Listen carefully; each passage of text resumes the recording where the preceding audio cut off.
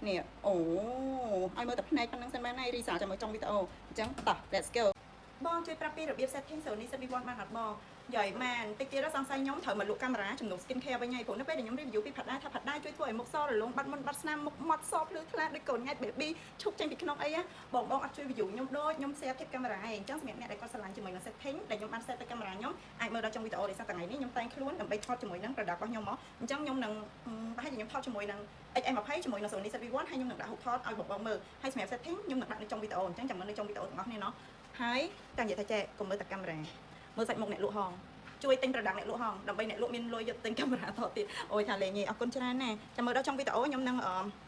ពួកអី setting ខ្ញុំដូចជាមាន note នៅក្នុង note នេះដែរអញ្ចឹងខ្ញុំនឹងដាក់ note របស់ខ្ញុំចូលទៅក្នុងtrong video អញ្ចឹងដូចខ្ញុំប្រាប់អ្នកទាំងអស់គ្នាអញ្ចឹងថាបើសិនអ្នកទាំងអស់គ្នាមានអាមួយដើមនេះនៅក្នុងដៃ Sony ZV-1 complete ទិញកូន flash និយាយទៅតម្លៃវាអត់ជាខ្ពស់អីហ្មងទេតែញើបើសិនជាអត់មានកូន flash ហ្នឹងទេថតរូបចេញមកអត់ស្អាតទេព្រោះដោយសារ Sony ZV-1 អត់មកជាមួយនឹង flash ទេអញ្ចឹងឥឡូវខ្ញុំទៅប្រាប់ tip ថាខ្ញុំដាក់ setting មួយខ្លះតែឈប់មានរឿងចង់ប្រាប់មួយទៀតសម្រាប់អ្នកដែលចង់បានសាច់មុខភ្លឺថ្លាស្អាតបរិលងគ្មានមុនគ្មានស្នាមគួរតែសាក់ប្រើជាមួយនឹងលេខយកផាត់ដៃមានពីរចំណុចមានចំណុចធំជាមួយនឹងចំណុចតូច10ក្រាមធំ30ក្រាមនិយាយទៅទិញផាត់ដៃប្រើដឹងបានសាច់មុខស្អាតរលងថតកាមេរ៉ាអីក៏ឃើញស្អាតដែរតោះអើយ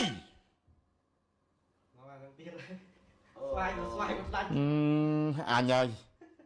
អើយតោះឥឡូវជប់អូឡាយយើងទៅមើលជាមួយនឹងកាមេរ៉ា Sony ZV-1 ជាមួយនឹង setting ដែលខ្ញុំបានដាក់ឲ្យជាមួយខ្ញុំដាក់ setting នៅtrong videoនេះទាំងអស់គ្នាអញ្ចឹងយើងមានកូន flash ហ្នឹងហើយយើងបើកអា flash ហ្នឹងមកហើយបន្ទាប់មកយើងបើកកាមេរ៉ាយើងបែបនេះ flip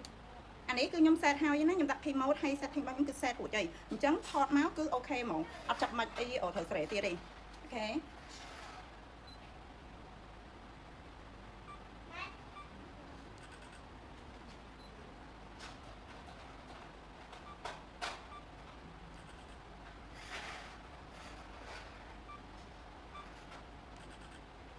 ខ្ញុំនឹងដាក់ restart កាមេរ៉ាឲ្យអ្នកទាំងអស់គ្នារួមជាមួយនឹង setting មើលដល់ចប់trong video ណាអូខេអញ្ចឹងឥឡូវយើងបានជាមួយនឹងរូបថតរបស់យើងហើយអ្នកទាំងអស់គ្នានេះអូឲ្យមើលតែផ្នែកប៉ុណ្្នឹងសិនបានហើយ restart ចាំមើលtrong videoអញ្ចឹងតោះ let's go